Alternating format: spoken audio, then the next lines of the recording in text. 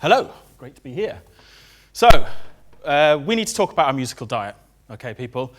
I'm passionate about kids and enabling creativity, and we need to support young people in being more musical and creative. And I really believe that technology can help us do that and enable play and make the world a more playful place. I've spent the last 15 years, had the amazing privilege of working with people who face challenges to accessing music due to disability and creating technology to help break those barriers down and enable play and be creative. So along the way, we've learned a few things, and I want to share those with you today. So, stuffed on convenience, starved of music. What does he mean? Well, let's put a face on it, okay? Stuffed on Bieber, starved of music. Now, don't get me wrong, I love the Bieb, all right? He's got a fantastic set of pipes on him, and he's a bit of a looker, all right? But what Justin represents in this talk is the music industry. We're consuming more music than ever. It's amazing. Through digital means. The digital revolution has made listening to music so accessible, but it's become very one-sided, and we're becoming more distant from creating music, social music making in the home, and creative musical play. And that's what I want to talk about. But just, don't worry too much, because there is hope, okay? And Justin may well just be able to help us with that. So, music. This thing, music. Music is amazing, right? You are all musical. You're beautifully musically gifted, even if you claim you can't play an instrument or whatever, okay? Everyone is musical. We all have a deep, natural musicality. These bodies are like polyrhythmic powerhouses, all right? If you didn't have a perfect sense of rhythm and time, you wouldn't be able to walk or run or do any of the things that you take for granted. In terms of pitch and note, we all have a great sense of pitch, even if you think you can't sing. But when we speak, we control our pitch perfectly. I mean, I'm not talking like this, okay?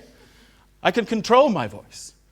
And sometimes, and you can do it as well, and you can respond beautifully to other people with it. If you meet a friend and they're all excited, they're like, oh, guess what? You'll be like, oh yeah, what? And you'll match their pitch beautifully without even knowing it. So we're amazingly musical, and more important than that, children are incredibly musical. And it's this musicality, this natural human musicality that I really want to focus on and sort of talk to you about. And really what it is, it's musicking. It's the doing of music. So the recordings, the sound, the CDs, the instruments, the score, that's not music. That's just evidence that music has happened. Music is a behavior. It's something that people do, right? And it's something ideally you do with other people. But you can do it on your own as well, okay? It's no problem. So this behavior is amazing. We can elevate, we're so good at it, we can make it into art. And that's the kind of produced music and stars and artists and doing that kind of stuff. But there's a ground level of natural music going on in your bodies, in your lives all the time, that we need to make sure that we support in the young people around us and give them opportunities to grow and play with that. Okay? So this ability to kind of create and be musical is what it's all about and what we need to kind of deliver. As a side on this talk, when I was preparing this talk, I actually thought I'd like to propose a new definition of music, actually. So music is often described or defined as organized sound, okay? Organized sound.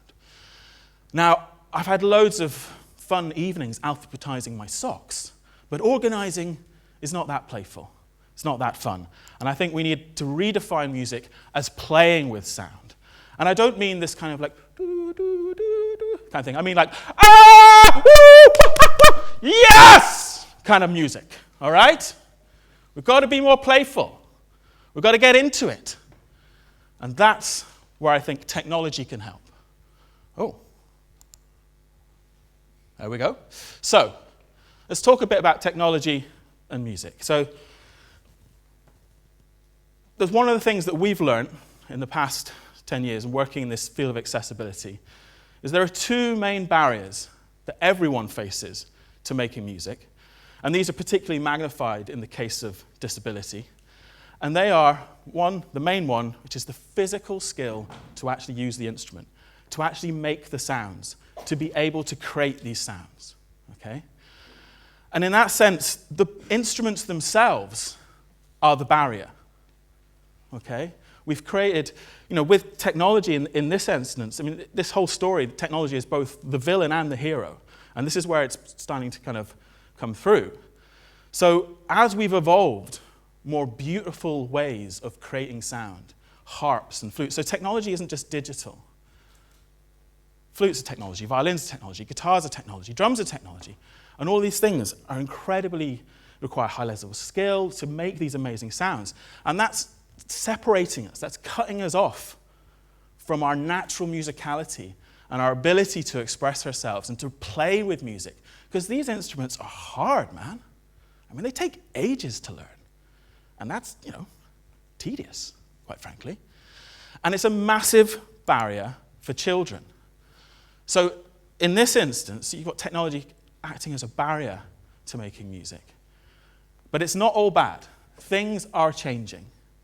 And the other big barrier that people face once you're able to make the sounds is what sounds to make. And that's all tied up with the instruments as well, in terms of the notes and the scales and all this kind of stuff. And it's just difficult when you can feel it, this natural musicality inside you.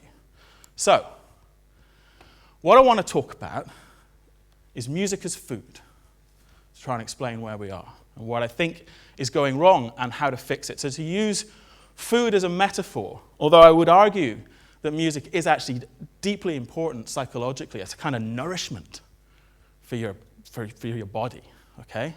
But let's think of it as a metaphor just now. We are consuming we're consuming music like ready meals. Pre-prepared, pre-packaged, processed music. Nom, nom, nom, nom, nom, nom. Okay? Spotify. Oh, yes. Give me all of the music, okay? We're not engaged in making it ourselves anymore. We're losing that. We're being disconnected from that. So this industry around it is producing all of this music, and we're losing it. We need to start making it ourselves. We need to be able to understand the raw ingredients. We need to be able to get our hands dirty. It's absolutely imperative that we start engaging our kids in more musical stuff. I mean, at the moment, it's like an all-you-can-eat Vegas-style buffet. Yeah? The digital revolution has made music listening so accessible, and you can listen to Sudanese funk, you can listen to jazz or Russian ska music or whatever it is. You can get all this amazing stuff. And actually, that's brilliant. And I was in Holland a couple of weeks ago working with music therapists there. And we were using Spotify to get playlists of music from the refugees that they were working with from their own home and culture. And by using that and having that access to this kind of diverse cultural base meant they could make their sessions more connected and meaningful. So it's not all bad. But in the same way as you can't eat out all the time, if you think about it, think of going out to a gig is like going out to a restaurant. It's finely prepared. These songs are crafted. These dishes are honed and presented to you as a beautiful thing, and you enjoy them, and it's amazing. But you can't eat out every night. You can't eat the Vegas-style buffet every day, okay? It's not good for you.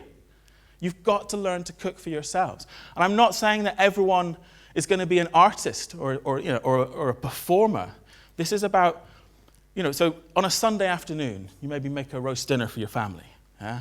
And everyone, you've got friends around, family around, you have a lovely meal. You don't get up on Monday morning and go, I shall open a roast dinner shop, and the world will feast on my roast dinners. You don't do it for those reasons. You're doing it for the love of it, to provide, to share that time, to be together. And music is very much the same. And we need to start doing this more, doing music at home and sharing that together, okay? So, we need to learn to cook for ourselves.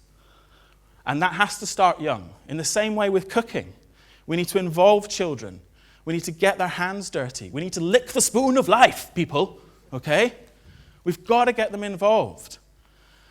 And at the moment where we are now, and before I was talking about technology being a barrier with guitars and these kind of things, but it's amazing where we are now with technology and the pervasive nature of smartphones and tablets and these kind of devices and their usability means we can use them to enable music making. Now, we've proved that we can do this with technology in the field of accessibility. We've made music more accessible to people who just physically cannot access it in other ways. We can do this.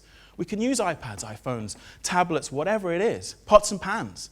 Remember, it's all technology. But we can use these things to facilitate creativity, to support people, particularly kids, and engage them in being creative and playful with music.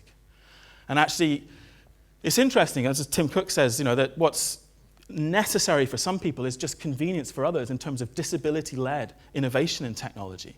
And I really believe that. In fact, if any of you got a smartphone with a touchscreen, the touchscreen was originally created for people who couldn't use a mouse, for people who had a physical disability. It was called Magic Window initially. And that whole platform technology was a disability-led innovation. So it's a bit of an aside, but there you go. So we can use technology now to create sounds, to have access to this world of amazing possibilities and creativity. And we, as teachers or as parents or friends, need to help children and get around them and start supporting them in their music making, sharing that with them, playing with the apps, making a joyous noise. So what I really want you to go away from here today with is the idea that I'm going to make some noise. I'm going to do it with some people. I'm going to have a play around. There's loads of stuff. What we need to do is we need to grab that technology and we need to unleash our inner rock stars. Get the leather trousers on, strip to the waist, all right? Scream into it, lean into it. But we've really got to start playing. And we've got such an amazing opportunity around us at the moment to really enhance learning. And in the words of quite a few rock stars, we need to start feeding the world. And with that, I thank you very much.